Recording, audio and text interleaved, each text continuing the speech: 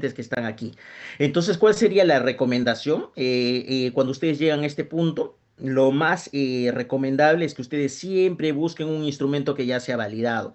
La validación de instrumentos, la validación de cuestionarios no es un tema de tesis apropiado para una tesis de pregrado, para una tesis de un estudiante que recién quiere sacar su primera carrera, su primer título. Está muy bien aceptado y yo he visto muchas tesis de maestría y de doctorado que hacen validación de instrumentos, que hacen validación de cuestionarios, validación de escalas en algunos casos, pero lo más común, si es que ustedes buscan la información teórica, es validación de cuestionarios y por algo es validación de cuestionarios.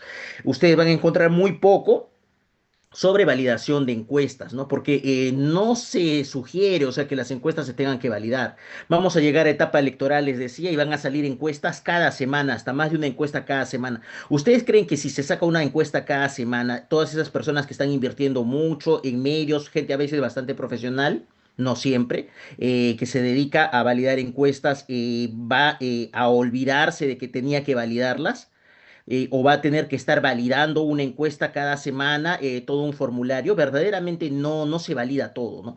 Entonces, lo primero que tenemos que entender es que no todo se tiene que validar. Hay muchas preguntas que no se validan, simplemente no se validan porque se entienden con mucha facilidad. ¿Qué cosa se valida? Sobre todo se tiene que validar los cuestionarios. ¿Y qué vienen a hacer los cuestionarios? Vienen a ser esos instrumentos de medición que nosotros utilizamos para medir variables complejas, ¿no? Para medir variables complejas. Si nosotros solamente hacemos una encuesta, entonces nosotros podemos decidir aumentar una pregunta, quitar una pregunta, cambiar la forma en la que está planteada una pregunta. Le pregunta a una persona sobre sexo en un estudio sobre artritis reumatoidea y de repente me contesta, no porque soy viuda, es porque no me he entendido. Entonces yo viendo el piloto puedo volver a modificarlo con mucha facilidad y no tengo por qué validar nuevamente esa pregunta, ni siquiera tenía por qué validar en la primera vez, solamente asegurarme de que las personas puedan entenderme, ¿no? De que las personas nos puedan entender. Para preguntas más complejas, entonces existen instrumentos más complejos. Entonces, ustedes no se han dado cuenta de que a veces en una sustentación de tesis le piden al estudiante que valide por qué no está validada la pregunta del nombre de la persona, por qué no está validada la pregunta de cuántos hijos tiene, que nadie va a entender de otra forma cuando le preguntan a una señora cuántos hijos tiene usted, ¿no? Lo más seguro es que nos va a decir con lujo de detalles y va a saber incluso hasta los pesos de los niños con cuánto vinieron al mundo, ¿no? Entonces, ¿por qué nos hacen validar tantas cosas y cuando hacemos un estudio no nos hacen validar la escala de Glasgow, ¿no? Entonces, nosotros cuando sacamos una escala de Glasgow, ¿por qué no nos hacen validar la escala de Glasgow? Ningún jurado se va a atrever a decirles así. ¿Ustedes ya han validado la escala de Glasgow? ¿Alguien quiere participar? ¿Por qué creen que ningún jurado comete ese error de decirles nuevamente que validen la escala de Glasgow? Ni nadie les dice, pero esa escala de repente se ha validado en otros países y no se ha validado en el Perú. ¿Alguien les dice eso alguna vez? Me parece que no va a haber. ¿Por qué entonces para otras escalas sí y para la escala de Glasgow no? ¿Alguien se anima a decir por qué podría ser?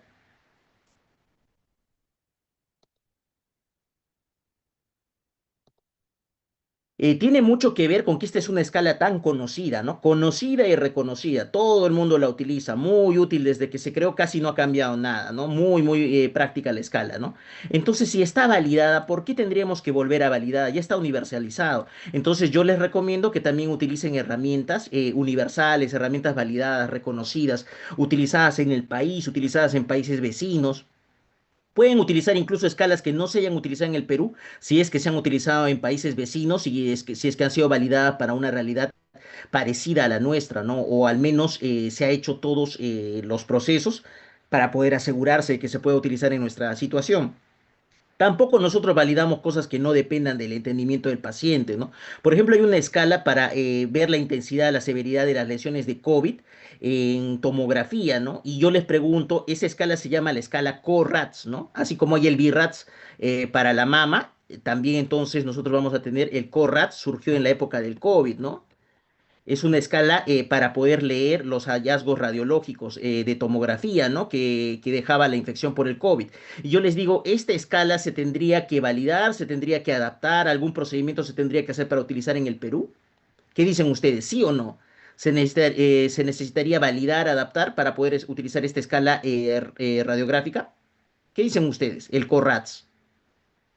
¿Tendríamos que hacer algo? ¿Tendríamos que validarla? ¿Tendríamos que traducirla al español? ¿Alguna cosa? no depende de la cultura de la persona, ¿no? Porque la tomografía va a tener hallazgos similares en el COVID, ya sea que la persona sea peruano, sea boliviano, sea chileno, sea suizo. Muy probablemente nosotros vamos a ver unos hallazgos particulares allí, el vidrio deslustrado, el patrón. Sobre todo de predominio intersticial, ¿no? Y entonces nosotros, eso no depende de la cultura, entonces ni siquiera necesita una adaptación cultural. Entonces yo sí les recomiendo que vayan ustedes entendiendo que hay varios procesos que están dentro de esto de la validación de cuestionarios. Uno es la elaboración, crearlo, o sea, la creación del cuestionario de las preguntas. Estuvimos viendo algo de cómo se creaban las preguntas, ¿no? Que también es un arte. Otra cosa viene a ser la adaptación cultural. El cuestionario ya está adaptado y yo simplemente un cuestionario de otro país lo quiero utilizar en Perú. Quiero utilizar un estudio sobre prácticas referentes a la sexualidad después de la menopausia y veo una escala española, ¿no? Veo esa escala española y digo, ¿podemos utilizarla en Perú? Podría utilizarla, pero probablemente voy a tener que hacer una adaptación cultural, ¿no? Probablemente en vez de decir vosotros, voy a cambiar por tú, y son pequeñas cosas que se tienen que adaptar para poder adaptarlas a la cultura peruana, valga la redundancia, ¿no? O al menos para que se pueda entender de ese modo. Y esa adaptación también es una adaptación que requiere al final, cualquier cambio que se haga requiere algún tipo de validación al final, ¿no?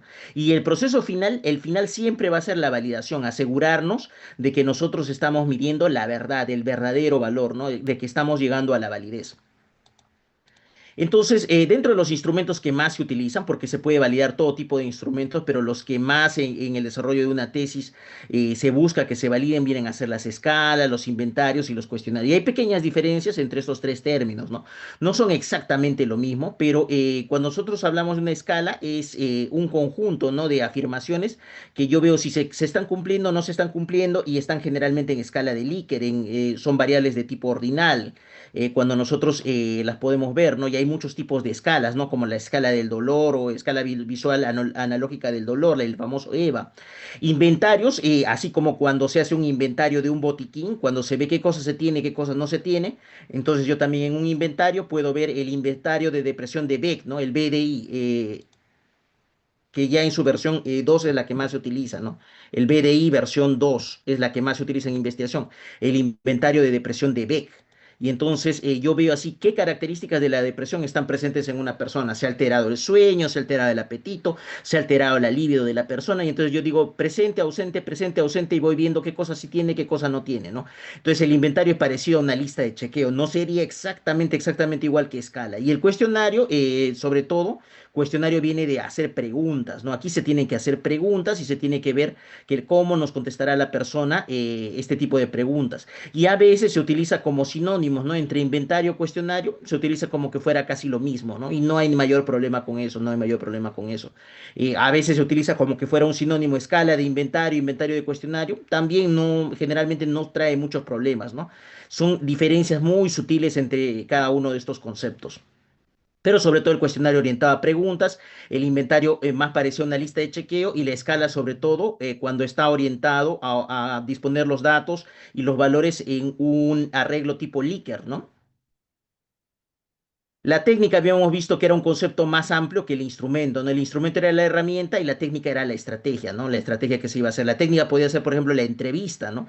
Que siempre, si yo voy a colocar como técnica la entrevista puede ser en presencial, puede ser a distancia, puede ser por teléfono, pero lo que sí, siempre se ve una interacción entre las personas. Si yo voy a un colegio y quiero hacer un estudio sobre ansiedad, rasgo, estado, y les dejo a los estudiantes, pido permiso a la profesora y les dejo una hojita, la hojita de ansiedad, rasgo, estado, y veo que ellos contesten, les doy 15, 20 minutos para que vayan contestando.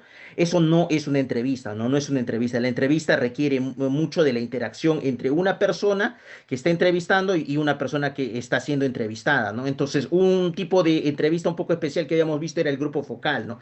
Y entonces en el grupo focal yo tampoco puedo dejar solas a las personas que integran este grupo, ¿no? Siempre requiere de un entrevistador. Es un tipo de entrevista. Esto ya habíamos visto entonces, dentro de las técnicas están estos instrumentos y importa demasiado, ¿no? Que el instrumento esté bien calibrado, que el instrumento tenga las mejores condiciones, ¿no? Porque imagínense que yo tengo la posibilidad de hacer un estudio sobre un tipo de diabetes novedoso que está ocurriendo en una comunidad campesina donde existe una presencia minera muy fuerte, ¿no? Y yo digo, de repente algo que está, algún contaminante en el ambiente les está llevando a este tipo de diabetes tipo MODIA a estas personas, ¿no? Entonces voy, contacto con los líderes de la comunidad, hago el estudio, pero al final cuando regreso me doy cuenta de que el glucómetro que he llevado a esa comunidad para hacer mi estudio estaba descalibrado, ¿no? Y entonces no importa si el proyecto de investigación estaba muy bien diseñado, la muestra y el muestreo eran correctos, se utilizaban las pruebas estadísticas más adecuada. No importa qué tan lejos esté la comunidad, qué tan importante era poder conocer sobre esto, simplemente no se va a poder llegar a un buen resultado y los resultados no nos van a servir porque simplemente utilizamos un instrumento que no era el correcto, ¿no? Entonces el instrumento tiene que estar validado siempre. Si el instrumento no está validado, las conclusiones no van a ser válidas, ¿no? Validado con V de verdad, ¿no? La V también nos puede hacer recordar que el otro sinónimo de esto es exactitud, ¿no? La quinta letra. Entonces, estos sinónimos son muy importantes, siempre nos van a preguntar para confiabilidad y para validez, ¿no? Validez o exactitud y confiabilidad o precisión. Algunos recuerdan por lado de precisión, ¿no? Como volver a antes, como darnos cuenta de que el siguiente valor sea similar al valor anterior en las mismas condiciones, ¿no? Si una persona se pesa y le salió 71 kilos, se vuelve a pesar y le tiene que salir también muy, muy similar a 71 kilos, si es que la persona no ha comido, si es que la persona no ha ido al baño, no ha tomado demasiado líquido, sigue midiéndose de la misma manera. Si se midió con zapatos, se vuelve a medir con zapatos. Si se midió sin zapatos, se vuelve a medir sin zapatos. Entonces, la confiabilidad está allí, ¿no? Y la validez es qué tanto nos acercamos al verdadero valor, qué tanto nos acercamos al verdadero valor. Y los sinónimos que tienen estos términos son tan importantes que han sido motivo de pregunta muchas veces, ¿no? Como le digo, para confiabilidad, precisión y para validez, exactitud, ¿no? Entonces, es algo que siempre tenemos que recordar.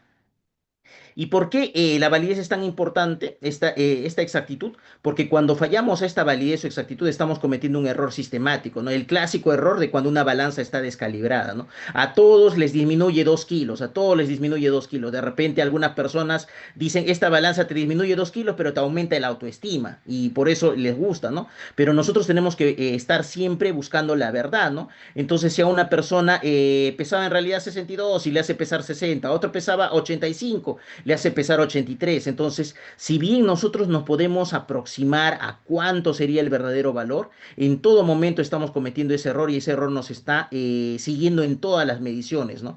Y hay otro error que viene cuando la confiabilidad del instrumento no es la más apropiada, ¿no? Que es el error aleatorio. Estos dos errores tienen sus desventajas y a mí me gustaría que ustedes me digan cuál es el peor error, cuál es el peor error, el error más difícil de poder manejar, el error que a ustedes les parece más difícil de poder controlar. Respondan ustedes, ¿S o A? ¿El sistemático o el aleatorio? Estos dos tipos de errores muchas veces están presentes, ¿no? Pero ¿cuál será un error más difícil de manejar? ¿El sistemático o el aleatorio? ¿S o A? Respondan todos, por favor, sigan respondiendo, sigan respondiendo. Algunos dicen el aleatorio, otros de repente nos digan el sistemático, pero tenemos que volver allí a los conceptos, ¿no? Si bien el aleatorio podemos pensar de que depende completamente del azar, esta balanza está loca completamente. Sabemos que la persona pesa verdaderamente 62 kilos, se subió y le salió 50, se volvió a subir y le salió 51, luego le salió 65, luego le salió 63, pero más que todo se deben a error aleatorio, ¿no? De repente no hemos estado midiéndonos en las mejores condiciones o de repente no nos hemos estado posicionando de la misma manera en todas las mediciones, ¿no? El error aleatorio tiene una ventaja que no tiene el error sistemático, ¿no? El error sistemático es como esas balanzas que están descalibradas, es como esos relojes que están adelantados o atrasados, que sabemos que si podemos llegar a conocer el error, de repente lo podríamos intentar corregir, pero conocer ese error es más difícil, ¿no? No sabemos todavía, son datos que a diferencia de los ejemplos que nosotros estamos viendo, nosotros no sabemos cuál es la verdad siempre que iniciamos un estudio, ¿no?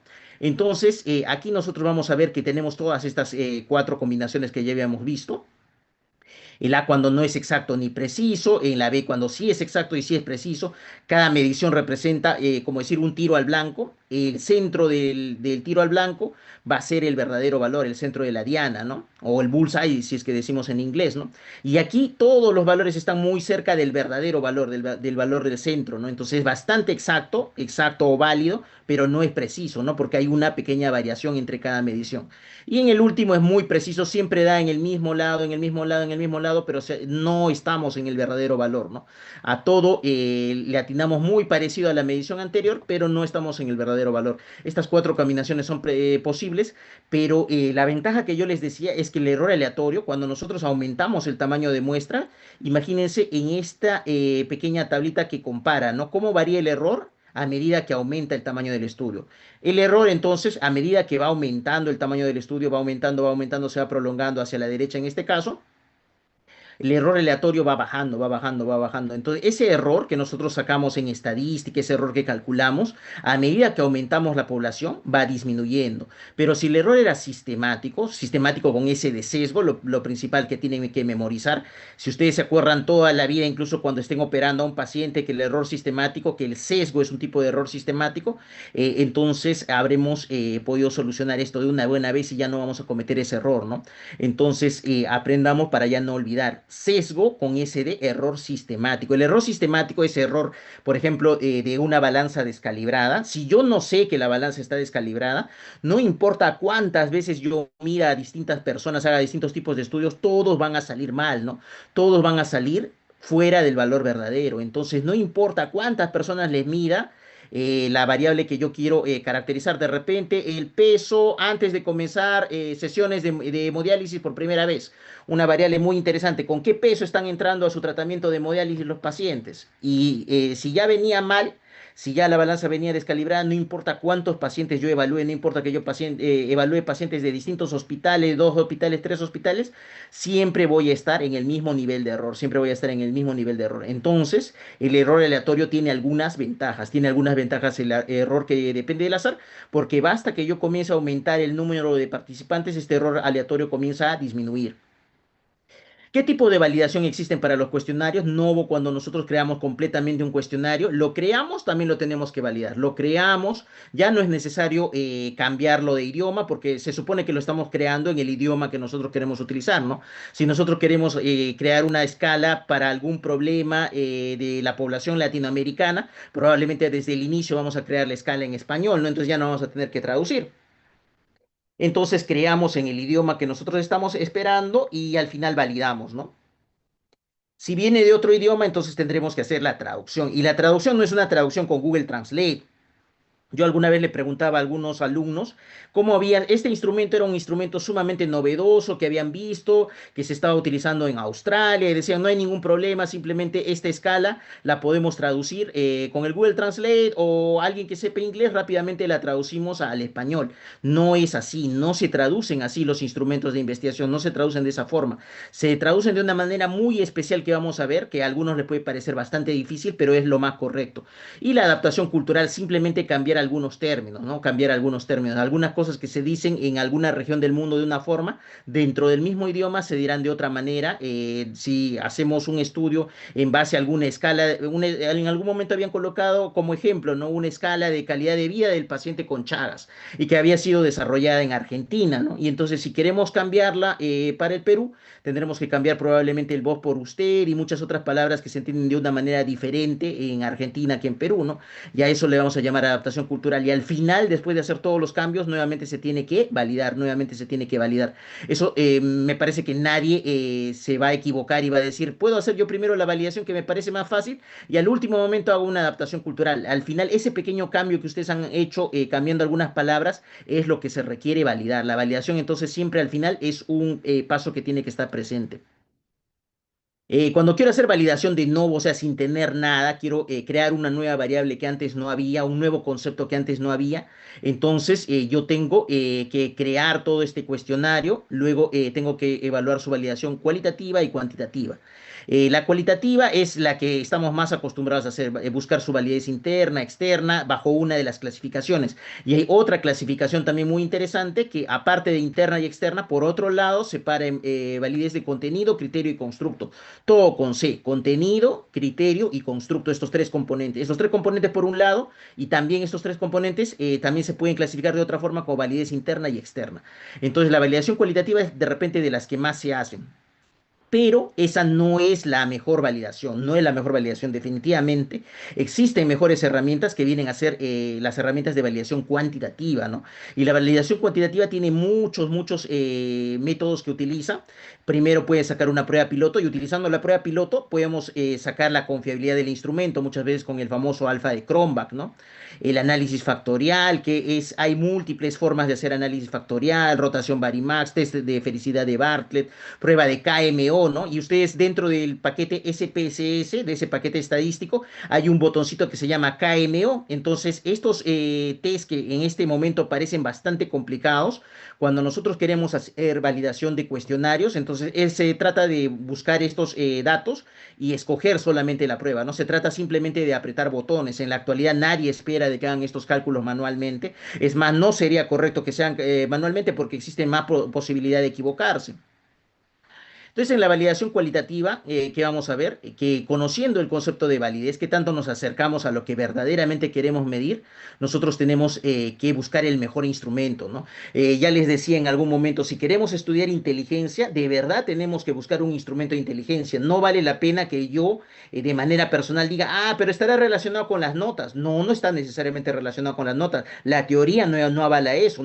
Yo por las notas no voy a pensar de que ese es un valor de inteligencia. O pensaré, de repente es el promedio ponderado. No, el promedio ponderado es el promedio ponderado. Será una medida de aprovechamiento académico o de éxito académico, pero no tiene que ver con la inteligencia. Para la inteligencia existen sus propios métodos, ¿no? Y que varían hasta de acuerdo a la edad. Uno de ellos, el más conocido, el test de Binet, ¿no? Sacando los famosos coeficientes de inteligencia.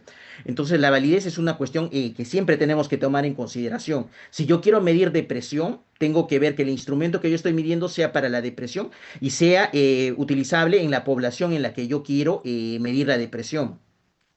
Por ejemplo, si yo veo las principales escalas de depresión, voy a ver que las principales escalas de depresión toman en consideración si la persona se está alimentando igual, si la persona está durmiendo la misma cantidad de horas, si la persona mantiene la misma libido, si la persona está trabajando, ha dejado de trabajar del mismo modo. Imagínense ahora en una persona de la tercera edad, una persona que ya está jubilada. Yo le hago preguntas sobre su trabajo, sobre si trabaja o no trabaja, si está trabajando del mismo modo. Le hago preguntas sobre cómo está durmiendo esa persona. Le hago preguntas sobre si ha cambiado su ritmo de sueño. Todos los adultos mayores, sobre todo los que están comenzando la tercera edad, todos me van a decir que ha cambiado su ritmo de sueño, que están durmiendo mal, ¿no? Y entonces yo puedo pensar de que por esa respuesta, ya están más encaminados a la depresión. Todos me dicen que están comiendo menos, porque definitivamente el adulto menor, perdón, el adulto mayor, al hacer menos actividad física, al tener menos actividad física, el adulto mayor entonces requiere una carga metabólica menor, ¿no? Entonces probablemente también su alimentación ha disminuido, y nosotros podemos, solamente por utilizar un cuestionario de depresión que toma muchas características físicas y biológicas en una persona de la tercera edad, podemos cometer un error, ¿no? Entonces existen cuestionarios específicos para la depresión en la tercera edad. ¿Alguien sabe cuál es el cuestionario de depresión para la tercera edad? Es bastante conocido, hay muchas tesis que se hacen sobre esto. Yo creo que ya está un poco bastante trillado el tema, pero a veces se le puede encontrar algo novedoso, ¿no? La famosa escala de Yesabach, ¿no? La famosa escala de Yesabach. Entonces, yo tengo que buscar verdaderamente medir lo que yo quiero medir. La validez interna y externa, entonces la validez interna está muy relacionada a que yo mido exactamente lo que quiero medir, y la validez externa a la generalización, a que lo que yo he medido en un hospital, lo que yo he medido en una población, se tiene que poder repetir en todas las poblaciones que son similares a esas, ¿no? Entonces, si yo hago un estudio y yo busco la validez interna es que me entiendan exactamente en la institución donde yo quiero hacer. Yo quiero medir en una institución, quiero medir alguna determinada variable y verdaderamente me estoy acercando al valor de esa variable en esa institución. Y la validez externa es que el modo que yo estoy utilizando para medir, yo lo pueda generalizar a distintas instituciones, a distintas realidades, a otros países, a todas las personas que naturalmente tengan la misma enfermedad, tengan la misma condición, ¿no?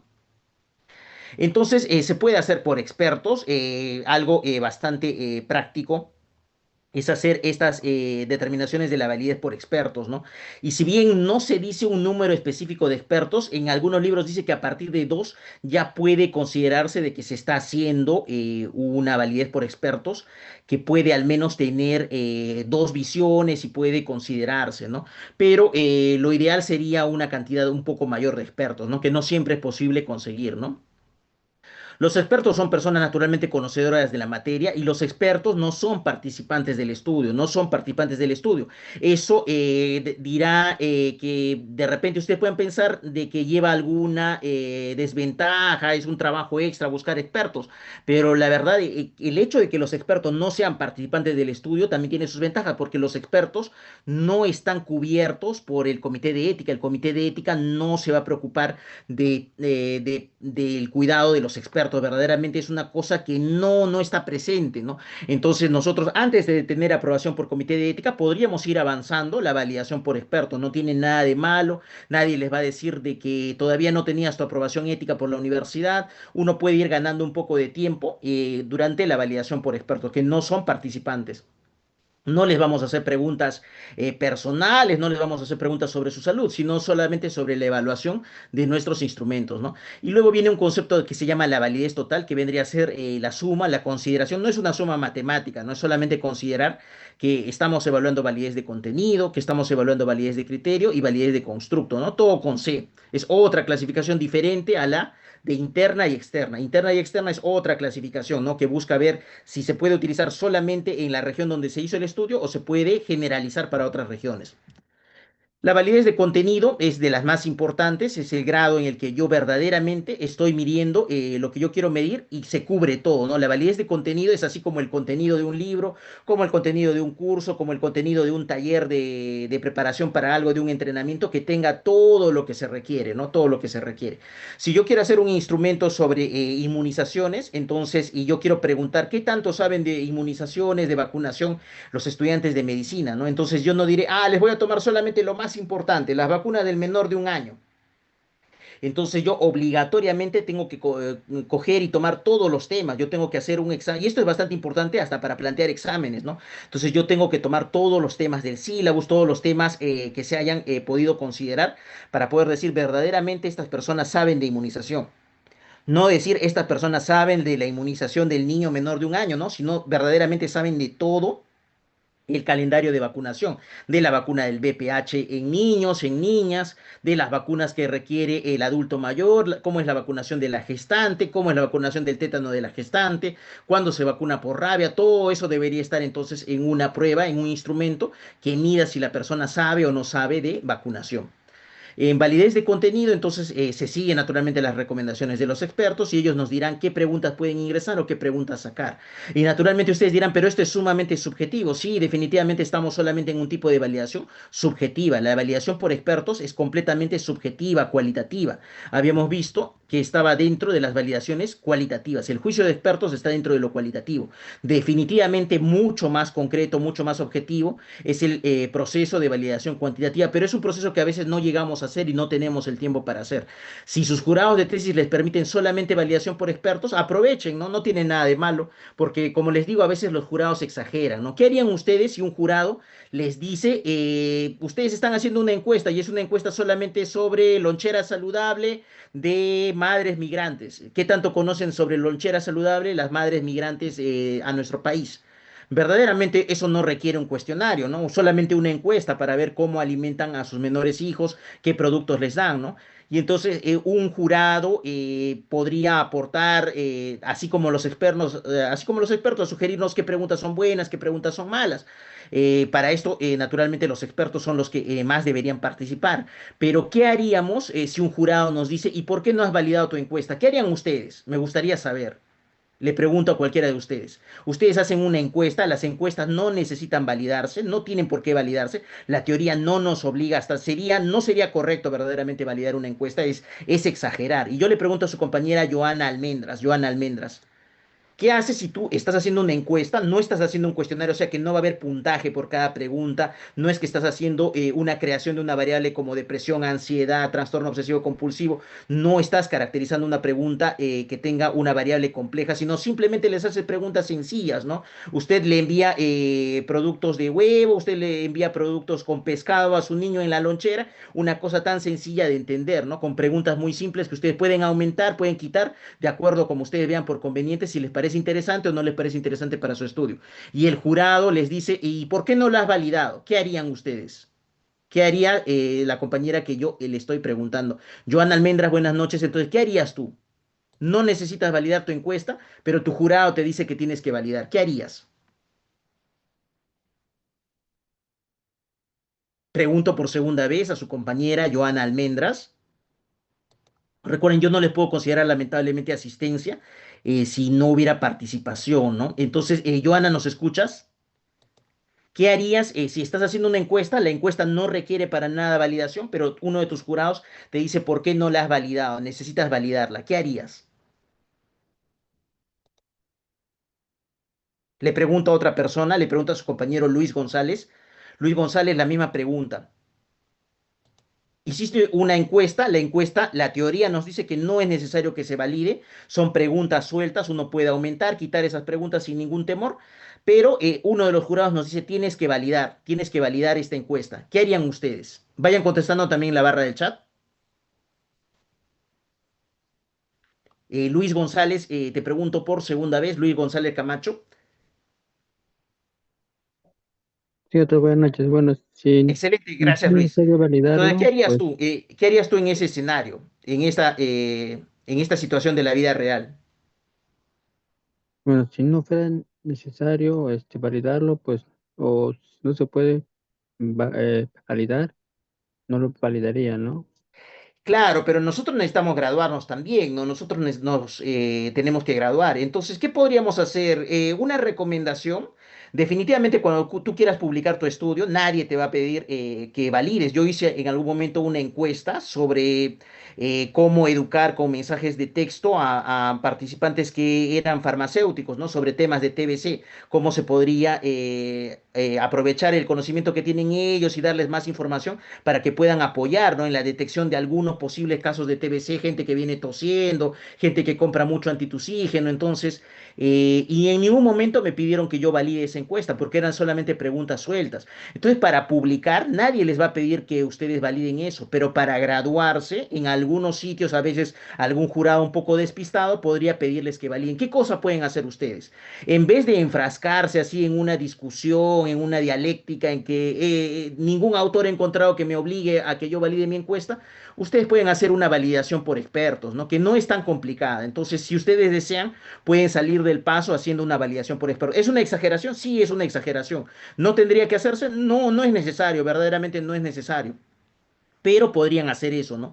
Una validación por expertos, que hay tantos modelos en internet, tantos formatos pequeños, formatos muy sencillos, formatos que verdaderamente uno dice, pero esto no parece muy serio, ¿no? Simplemente es el nombre del jurado, el nombre del experto y si está a favor o está en contra de cada una de las preguntas. Es algo bastante sencillo, completamente subjetivo. Podrían hacer eso, no les va a tomar mucho tiempo y de seguro va a ser aceptado por ese jurado que probablemente no sabe tanto de investigación y también no va a saber mucho sobre validación de expertos, pero sí se podría hacer así, ¿no? Sí podría ser una manera de poder salir del paso. Validez de criterio, ¿no? Es qué tanto nos acercamos al verdadero valor, qué tanto nos estamos acercando al verdadero valor. Si yo quiero ver y yo quiero probar que es una persona verdaderamente sabe manejar una bomba de infusión, por ejemplo, un residente de cuidados intensivos, una enfermera intensivista, y yo quiero saber verdaderamente sabrá manejar la bomba de infusión, ¿qué harían ustedes? ¿Un examen teórico o le dicen que delante de ustedes maneje, opere y setee toda la bomba de infusión? Ese pequeño dispositivo que es para poder otorgar cantidades específicas y muy exactas de medicamento de manera continua a un paciente. ¿Qué harían ustedes? ¿Examen teórico o examen práctico? ¿Qué dicen ustedes? ¿Qué dicen ustedes? ¿Cuál sería el gol estándar? ¿Un examen teórico o un examen práctico de manejo de bomba de infusión? Contesten por la barra del chat. ¿Qué harían? Entonces nosotros nos queremos acercar al verdadero valor. ¿Saben o no saben sobre el manejo de la bomba de infusión? ¿Qué dicen ustedes? ¿Examen teórico o práctico? Contesten ustedes.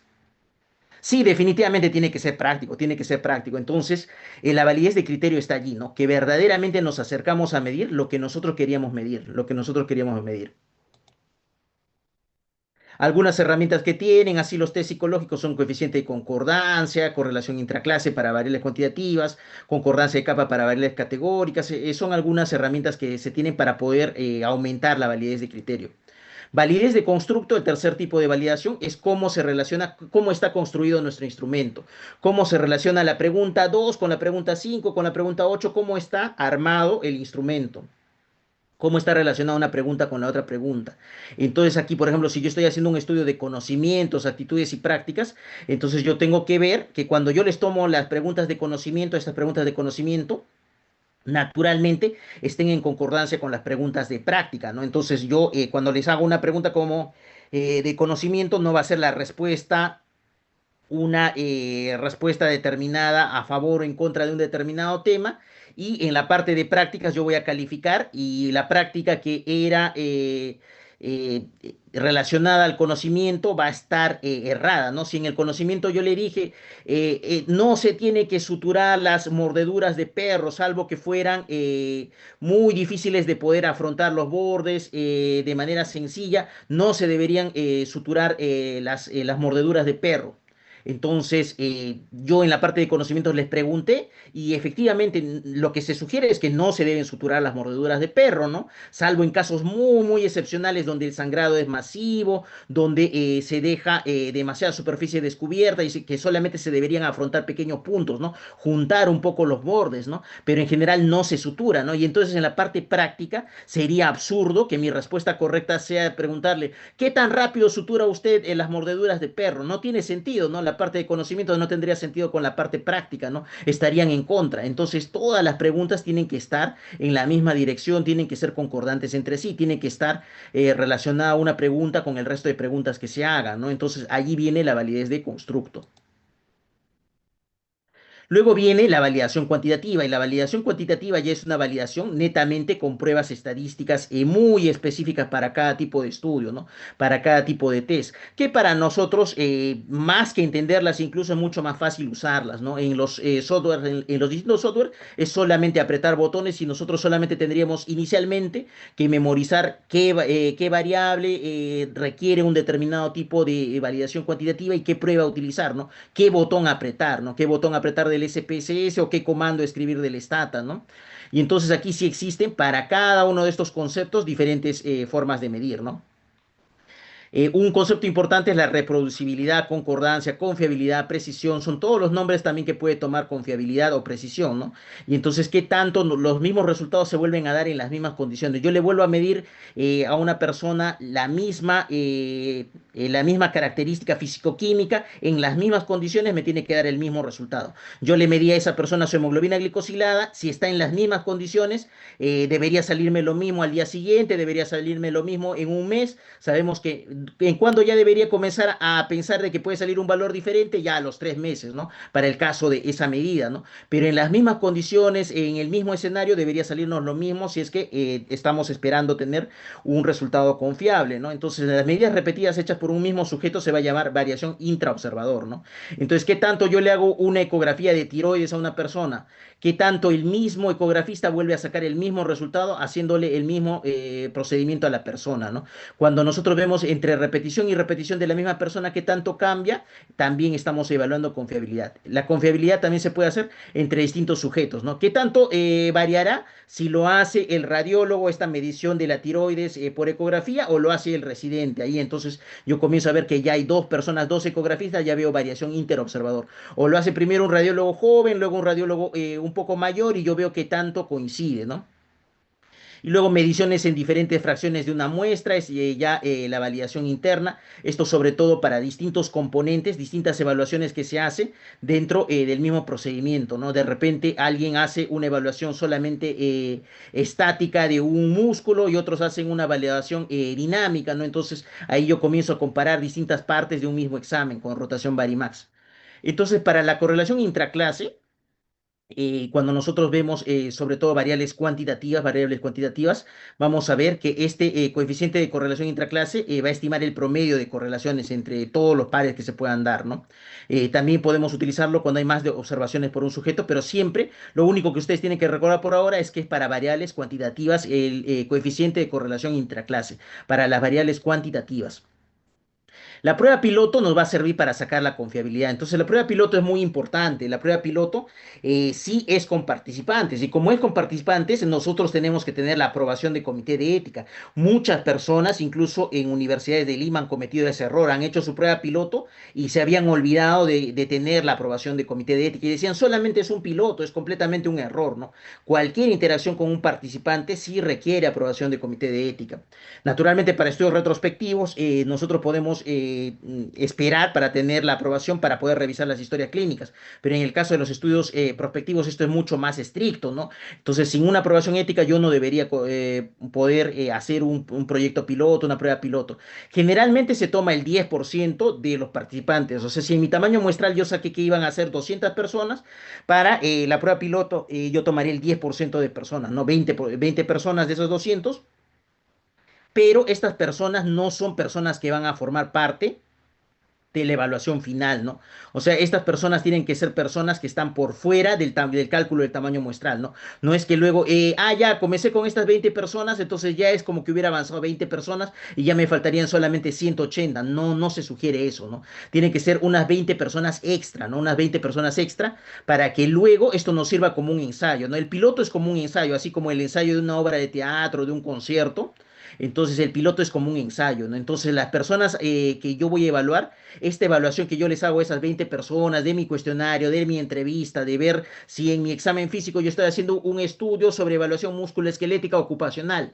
Y entonces con estas 20 personas me tienen que servir de práctica, ¿no? Y como me sirven de práctica, yo puedo cometer errores, ¿no? Y por eso se sugiere que no entren al análisis final, que no entren al análisis final. Si el cálculo de tamaño muestral me salió 80 y entonces el 10% de eso será 8 y esas 8 no van a entrar los resultados finales, ¿no? Yo tendré que sacar otras 80 personas, ¿no? Se recomienda siempre que sea mayor al número de ítems, o sea, si el número de preguntas, eso naturalmente en el caso en el que yo disponga, ¿no? De todos los medios para poder hacerlo. A veces esto es un poco difícil de poder hacer, ¿no? Si eran 20 preguntas, se sugieren, ¿no? De que pudieran ser 20 o más, ¿no? Pero mientras sean el 10% del total de personas, ya no sirve la prueba piloto. Algunos recomiendan solamente hasta 5 personas por ítem. Igual, estas personas seleccionadas no deben luego entrar al estudio, como les había dicho. Y el procedimiento puede ser encuesta por teléfono, correo electrónico, correo físico. O sea, la prueba piloto se puede hacer de muchas formas. Naturalmente, lo más parecido a cómo va a ser el estudio en campo, ¿no? Si el estudio es casa por casa, entonces la prueba piloto también tiene que ser casa por casa. La prueba piloto no va a ser por teléfono simplemente por ser más fácil, ¿no? La prueba piloto nos sirve para ver cómo son las condiciones en el campo, ¿no? En el terreno de juego, cómo son las condiciones de campo, de cómo se está ejecutando el estudio. Entonces, yo en la prueba piloto me voy dando cuenta cosas como quería hacer un estudio, pero me doy cuenta que quería utilizar dos cuestionarios y a las personas les toma más de 30 minutos. Y las personas me dicen que no, que ya se tienen que retirar, se cansan, me dicen de que verdaderamente no les alcanza el tiempo. Al comienzo sí me aceptan, pero luego ya no les alcanza el tiempo y se cansan. Entonces, yo utilizando la prueba piloto, yo puedo decidir reducir el número de preguntas o de repente parte de la información la saco de las historias clínicas y ya no les pregunto directamente a ellos. Yo entonces con la prueba piloto es sumamente práctica. Y una otra aprobación, otra propiedad de la prueba piloto que me sirve mucho es el que yo con la prueba piloto puedo sacar esta variable que se llama la confiabilidad, esta característica que se llama la confiabilidad, yo la saco con la prueba piloto y solamente con los valores de la prueba piloto puedo conseguir tener la confiabilidad. A veces la confiabilidad ustedes la pueden sacar de estudios anteriores, la pueden sacar de textos teóricos, de estudios que se hayan realizado antes en la misma población. Quiero hacer un estudio sobre la escala de Edimburgo que es para la depresión en la gestante y de repente no me alcanza el tiempo para hacer una prueba piloto y no encuentro la confiabilidad, tendré que sacar la confiabilidad de los autores de esta prueba piloto, ¿no?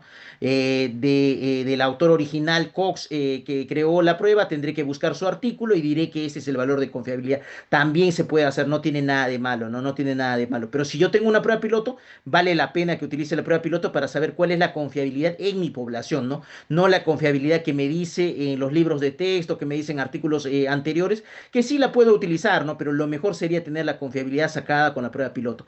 Y la confiabilidad viene a ser casi un sinónimo de esta pruebita que se llama el alfa de Cronbach, tan famoso el alfa de Cronbach. Algunos me dirán, pero no se escribe con M acá. No, esto viene del inglés, ¿no? Acá no se cumple que antes de la B va a venir la M, no, se escribe siempre de esta manera, no se vayan a equivocar. Entonces aquí los valores de alfa de Cronbach, de este índice alfa de Cronbach, van entre 0 y 1, son probabilidades. Y las probabilidades es los casos a favor sobre el total de casos, ¿no? Matemáticamente. Entonces, lo mínimo que nos puede salir es 0 y lo máximo que nos puede salir es 1, ¿no? Esto les digo porque ya con esto se pueden dar cuenta cuando un artículo verdaderamente comete errores graves, ¿no? ¿Qué harían si ustedes ven un artículo y dice el alfa de Cronbach en una revista peruana es -2? ¿Qué dirían ustedes? ¿Está bien o está mal? Puede ser -2 un alfa de Cronbach, completamente imposible, completamente imposible. O un alfa de Cronbach me ha salido 1,4. 1,4 es completamente imposible, no puede salir, solamente salen entre 0 y 1, entre 0 y 1 nomás pueden estar los valores. Y esto se puede ver en una pequeña tabla, ¿no? En una tabla, y los valores a partir de 0,8 a 1 ya se considera de que es una confiabilidad elevada. Valores por encima de 0,6 ya se considera aceptable, pero en ciencias de la salud generalmente nosotros buscamos valores que siquiera pasen el 0,7, ¿no? Para salud siquiera deberían pasar el 0,7. Las ciencias sociales son un poco más tolerables, ¿no? A partir de 0,6 ellos ya aceptan, ya son un poco más permisivos, ¿no? Porque generalmente no trabajan con cuestiones de vida o muerte, con cuestiones así de complicaciones en la salud, pacientes que pueden fallecer, entonces ellos son un poco menos exigentes.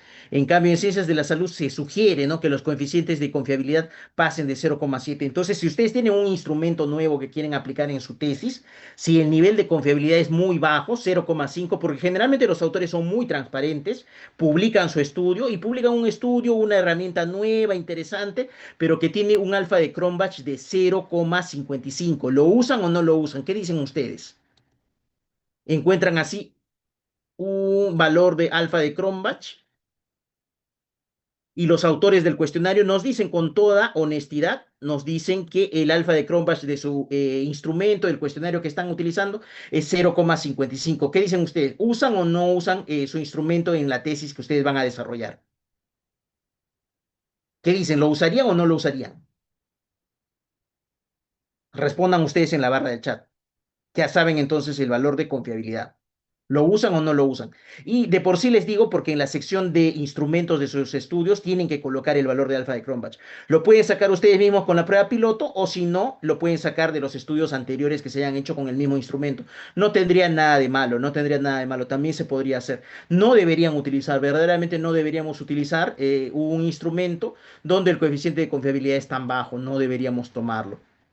La confiabilidad entonces también se ve. Por ejemplo, aquí nosotros evaluamos, como generalmente nosotros no evaluamos una sola persona, sino evaluamos bastantes personas. Por ejemplo, aquí queremos medirles la presión arterial sistólica a un grupo de niños. Son los mismos, son los mismos estudiantes, son los mismos estudiantes aquí y le sacamos así sus medidas de presión arterial sistólica.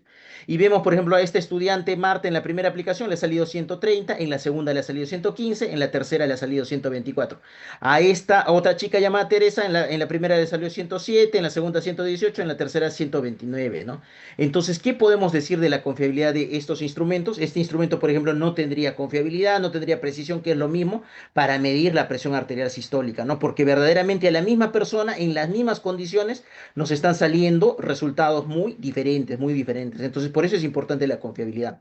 La confiabilidad también varía de acuerdo al número de ítems, ¿no? Entonces, si los cuestionarios son más largos, ustedes se van a dar cuenta, por ejemplo, los exámenes de residentado, ¿no?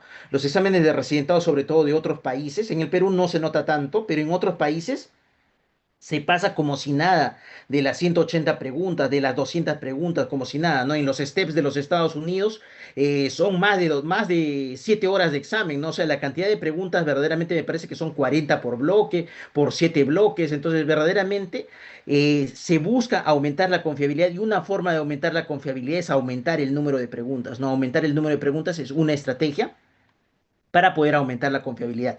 Y disminuye también un tipo de error. ¿Qué error disminuye cuando se aumenta el tipo de preguntas? También ustedes lo están viendo, ¿no? Entonces, cuando va aumentando la muestra, también disminuye el error aleatorio. ¿Cómo se calcula el alfa de Cronbach, no? Entonces tiene una fórmula que no es necesario para nada memorizar. Esto ya viene incorporado en el software. Entonces trabaja simplemente con la varianza, ¿no? Con la variabilidad de los datos. Entonces, en base a la varianza y esas sumatorias, entonces se va a generar el alfa de Cronbach, que es solamente apretar un botón del SPSS o también podría hacerse a través de comandos en el Stata o en otros software, ¿no? Algunas estrategias entonces para aumentar la confiabilidad es alargar el instrumento a más preguntas, preguntas que sean más difíciles, aumentar el tiempo para contestar el instrumento para asegurarnos que las personas verdaderamente están seguras de lo que quieren contestar, porque si les damos poco tiempo, entonces las personas de repente al final marcan todas una misma alternativa, ¿no? Así como se recomienda en los exámenes para residentado, internado, cuando ya nos falta el tiempo para contestar, entonces marcamos todo la B, todo la D, toda la E, simplemente porque ya no tenemos tiempo y pensamos que marcar así nos dará algún porcentaje de preguntas correctas, ¿no? Algunas preguntas correctas de las últimas que ya no me alcanzó el tiempo para marcar. Entonces se sugiere aumentar el tiempo para contestar el instrumento, asegurarse que el instrumento sea claro en todo momento.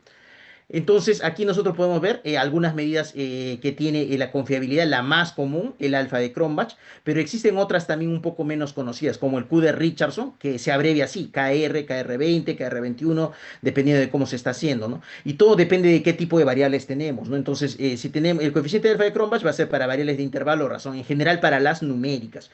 Entonces, para las numéricas nosotros siempre vamos a ver el alfa de Cronbach. Y cuando tenemos solamente intervalos o razón, podemos utilizar el coeficiente de correlación de Pearson. Cuando tenemos variables solamente ordinales, el coeficiente de Spearman o de Kendall, ¿no? Que algunas veces ha sido pregunta en otras ediciones así de cursos de validación de cuestionarios, ¿no? Como aquí es bastante específico, el coeficiente de Spearman o de Kendall, sobre todo para las mediciones ordinales. Entonces, vienen a aparecer, como ustedes se dan cuenta, varios pasos y cada paso, si bien todos están relacionados, no son exactamente lo mismo. Una cosa es la traducción, otra es la adaptación cultural y otra es la validación de cuestionario que se hace al final. Y a esto le aumentamos un paso más, ¿no? Que se sobreentiende la creación del cuestionario, la elaboración del cuestionario, la invención del cuestionario. Luego a veces se traduce a otros idiomas como tantos instrumentos. Si el instrumento es exitoso, es bueno, se va a traducir a muchos idiomas, ¿no? Luego se puede hacer adaptaciones culturales si es que estamos en el mismo idioma y se puede hacer validación de cuestionarios siempre al final. Entonces se recomienda en dos etapas. Cuando se tiene que hacer todos estos pasos, cuando se tiene que traducir un instrumento, naturalmente va a tener un componente siempre de adaptación cultural. Cuando yo traduzco, de por sí siempre va a tener también un componente de adaptación cultural y finalmente su validación, ¿no? Entonces la adaptación cultural va a estar allí presente y para la parte de la traducción, como les digo, no es una traducción de que yo sé inglés, yo sé portugués y por eso lo traduzco directamente como yo puedo, ¿no? Sino que tiene una serie de pasos. Y para la validación también se recomienda que al menos tenga esto, ¿no? Una evaluación de consistencia interna, intraobservador, interobservador, validez lógica de contenido, criterio y constructo que ya hemos visto, ¿no? Pero para la parte de la traducción es muy interesante, es bastante interesante. No se recomienda para una tesis de pregrado de medicina, pero sí he tenido estudiantes que han hecho la primera parte, han hecho la primera parte y han presentado esto como una tesis, ¿no? Una estudiante entonces hizo un estudio para poder traducir la escala de Edimburgo a la Aymara, ¿no? Ella tenía familiares en la zona sur del Perú y conocía un poco del idioma, ¿no? Y muy interesante, sumamente interesante, y dijo que se podía hacer, y verdaderamente se requiere ese tipo de estudios, ¿no? Sobre todo para salir al extranjero. ¿Ustedes creen que es más fácil salir con los conocimientos tecnológicos que nosotros podamos crear en el Perú o con los conocimientos de salud intercultural? ¿Qué creen que sería más atractivo desde el extranjero? Naturalmente, lo que es más atractivo para colaboraciones internacionales es lo que no se tiene en otras situaciones, ¿no? Lo que no se tiene en otras áreas del planeta, ¿no? Entonces, verdaderamente el componente cultural permite viajar mucho, ¿no? Permite verdaderamente viajar mucho, colaborar con instituciones internacionales. Verdaderamente las personas que trabajan en salud intercultural viajan mucho más que los investigadores de otras especialidades. Entonces, ¿cómo se hacen estas traducciones, ¿no? De un idioma? Imaginemos que tenemos que traducir una herramienta que viene, queremos hacer un estudio sobre la calidad de vida del paciente con lepra, con hanseníasis. Y hay un estudio excelente. El país probablemente que en este continente tiene más lepra será naturalmente Brasil, ¿no? Y hay un estudio excelente en portugués que es sobre la calidad de vida del paciente con lepra. Entonces, esto no lo podemos llevar al Google Translate, ¿no? ¿Cómo se hace? Entonces, del portugués se hace la primera traducción directa, que será del portugués al español, será del portugués al español. Y esto no se hace una sola traducción, sino se trabaja con equipos de traductores, ¿no? Entonces va a haber varios traductores que van a traducir del portugués al español. Traducción una, otra traducción, todas del portugués al español. Luego de esas traducciones al español se va a hacer una síntesis, ¿no? Una versión final en español, una versión final en español. Y luego este documento en español nuevamente se hace un proceso muy interesante que se llama la traducción inversa, ¿no? A otros tipos de traductores, a otros traductores, se les da el mismo documento y ahora en español para que lo hagan y lo lleven al portugués nuevamente. ¿Y para qué se hace eso? ¿Alguien tiene alguna idea por qué se vuelve a traducir inversamente nuevamente al portugués? ¿Por qué nos fuimos del portugués al español? Y ahora del español nuevamente al portugués. Me gustaría que alguien nos dé una idea por qué se está volviendo a traducir al portugués. Le pregunto a su compañera Grace Minaya. Grace, adelante. Grace, ¿nos escuchas? ¿Por qué se Sí, tendría doctor. que... Sí, adelante. ¿Por qué crees que nuevamente ahora otro equipo de traductores, idealmente que no hayan participado en la primera etapa, por qué se les pide que nuevamente regresen al portugués? ¿Por qué se les estaría haciendo esto? Tal vez para que quede un poco más claro, se pueda Pero decirlo de nosotros manera necesitamos en adecuada. español o en portugués. Nosotros No, queremos en en español. español. ¿Y por qué Ajá. entonces están volviendo al portugués? ¿Por qué están volviendo a hacer traducción inversa? La traducción inversa, ¿Por qué para que están la, volviendo? Y sí, para ya que la habían traducción traducido. Sí, sí, podría, sigue adelante. podría ser la adecuada. O sea, es como, a ver, cómo pasarlo del portugués al español, del español al portugués, para que la traducción sea adecuada, ¿no? Para que al menos tenga como dos revisiones, tal vez. Sí, es como una medida de control. Sí, sí, definitivamente es una medida de control. Entonces, vuelven nuevamente al portugués. ¿Y para qué vuelven al portugués? Porque esta traducción inversa, este producto de aquí de la traducción inversa, se va a comparar con la versión original, se va a comparar con la primera versión en portugués que ya estaba validada, ¿no? Y se va a ver qué tanto estaba concordante con esa versión original en portugués, la inicial, ¿no? Esta versión que viene después de haber traducido al español y luego del español al portugués. Y ahí viene la consolidación, ahí viene la consolidación. Si ustedes tienen esa herramienta Google Translate, ustedes pueden hacer la prueba, ¿no? Una palabra y la traducen a un idioma y luego de ese idioma prueban ustedes para regresar nuevamente al idioma original. Y en algunos casos cambia, en algunos casos incluso cambia. Entonces, esas herramientas no siempre son las más correctas. Este es el verdadero proceso que se tendría que seguir para asegurarnos de que no va a haber errores, ¿no? Entonces, en la consolidación se vuelven a comparar todas las versiones, ¿no? La versión que estoy teniendo en portugués al final y la versión en portugués original, ¿no? De cómo era. Entonces, yo hago pruebas, hago prueba piloto aquí también y entonces ya al final tengo una versión traducida y adaptada culturalmente. Si hago todo esto, yo puedo tener esta versión traducida y adaptada culturalmente. Y en este punto es como les digo, que he tenido algunas estudiantes y algunos estudiantes que han hecho este estudio, ¿no? Entonces han colocado, por ejemplo, prevalencia de depresión utilizando la escala de Edimburgo para el posparto, la depresión posparto de acuerdo a la escala de Edimburgo y la prevalencia en una determinada localidad y también un piloto de la traducción al quechua, de la traducción al quechua, de la escala de Edimburgo, que es tan sencilla, ¿no? Solamente son 10 preguntas, solamente son 10 preguntas. Entonces, pero ¿qué viene después? Vienen los otros pasos que ya habíamos mencionado, ¿no? Todo lo de la fiabilidad, todo lo de la validez con todos sus componentes, con todas las pruebas estadísticas que requiere, ¿no? Entonces, aquí se terminaría todo haciendo esa validación final, ¿no?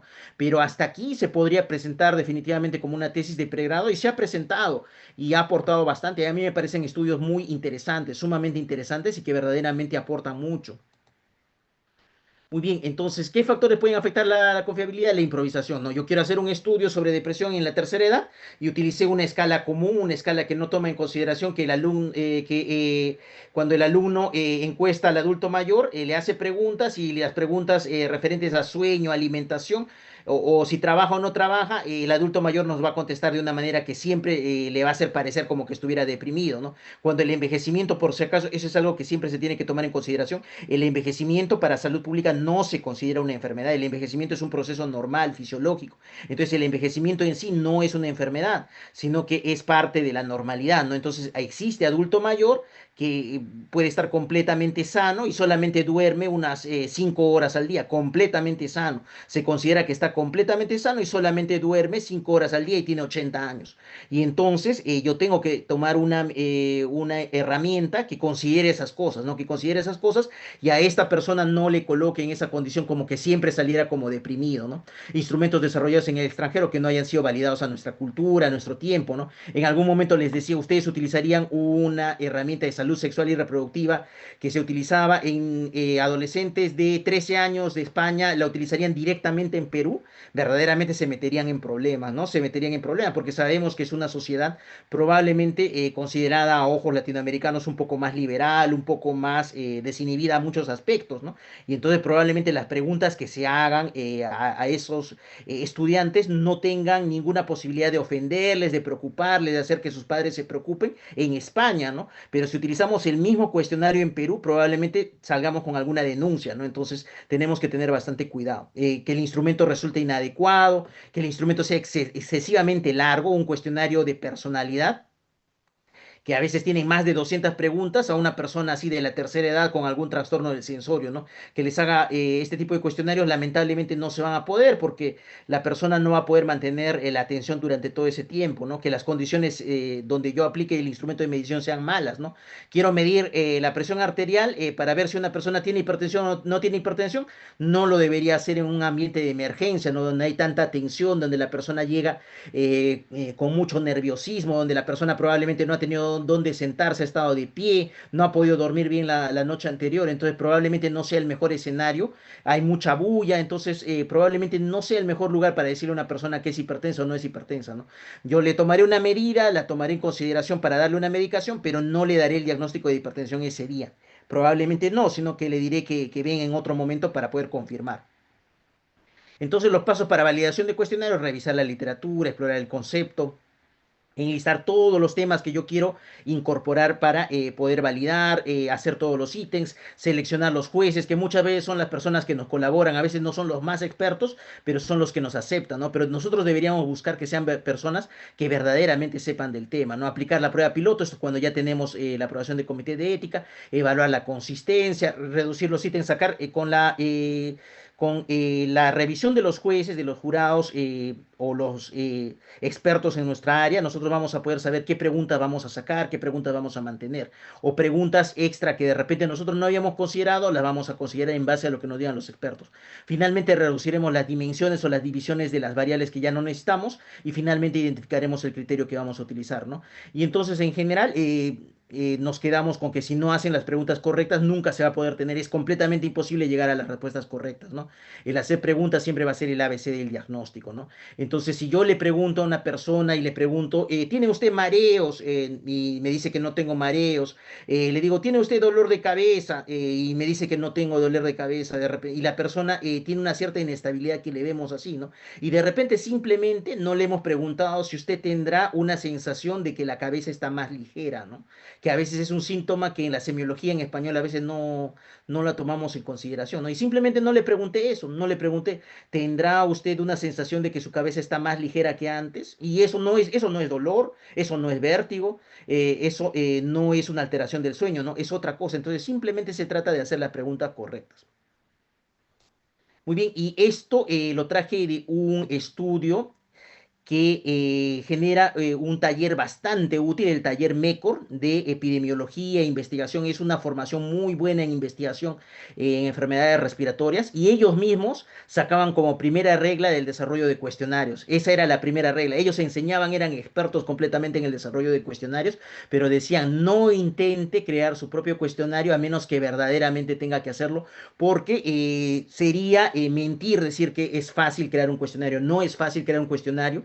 A nivel internacional se guarda este tipo de trabajos para posgrado, ¿no? Para maestría, para doctorado, el crear los cuestionarios y el validarlos, ¿no? Entonces, ustedes, lo que más les conviene, lo que más nos conviene cuando estamos comenzando en investigación, utilicemos los cuestionarios que ya existen, los cuestionarios que ya han sido validados, cuestionarios que ya se han utilizado en Perú. ¿Se pueden crear nuevos cuestionarios? Sí, pero con la experiencia necesaria, ¿no? Cuando ya se tiene toda la experiencia en investigación y ya se ha hecho otros estudios parecidos, ¿no? Sobre todo, es muy interesante que se pueden crear nuevas ideas y se pueden crear nuevos conceptos, ¿no? Por ejemplo, se estaba por crear un cuestionario de ansiedad en la época de la pandemia, ansiedad relacionada al COVID. No era cualquier tipo de ansiedad, sino específicamente la ansiedad que producía la situación de la pandemia, la situación de estar encerrado, de que uno se pueda enfermar por el COVID, que se desarrolló antes de que surgiera la vacuna, ¿no? El cuestionario de ansiedad relacionada al COVID, muy interesante ese cuestionario. Entonces, en el Perú también se ha hecho la escala de Lima, ¿no? En algún momento para, eh, para ver qué tanto las personas tenían ciberadicciones, ¿no? Es una escala muy buena en el Perú. Y actualmente me parece que se ha hecho una validación de un cuestionario sobre el temor al sicariato, ¿no? Entonces, eso es algo completamente, lamentablemente, muy propio del Perú, ¿no? La estoy buscando y han sido investigadores peruanos de distintas universidades que han visto esa evaluación del temor, la ansiedad que produce el sicariato y que es una cosa muy personal, una cosa que no se parece a otras variables que había, ¿no? Verdaderamente, si es un fenómeno nuevo, requiere una nueva herramienta, ¿no? Requiere una nueva herramienta. Entonces aquí les pongo unos conceptos muy breves para que ustedes puedan ver entonces cómo se hacen estas validaciones, en qué terminan estas validaciones, ¿no? Pueden ver la pantalla, esta es una validación de la escala de Rowland, pero es una escala que se utiliza para ver daño cognitivo, demencia, pero esto fue orientado a personas con un nivel educativo medio en Lima, Perú, ¿no? Aquí está quien les habla en este momento con el grupo del Instituto Peruano de Neurociencias, ¿no? Esto fue publicado, ellos trabajan bastante en validación de escalas, sobre todo de evaluación cognitiva, de demencia y otras patologías neurológicas, ¿no? Entonces se validó la escala de Rueda. ¿Y por qué es necesario entonces validar? ¿Por qué es necesario crear nuevos instrumentos?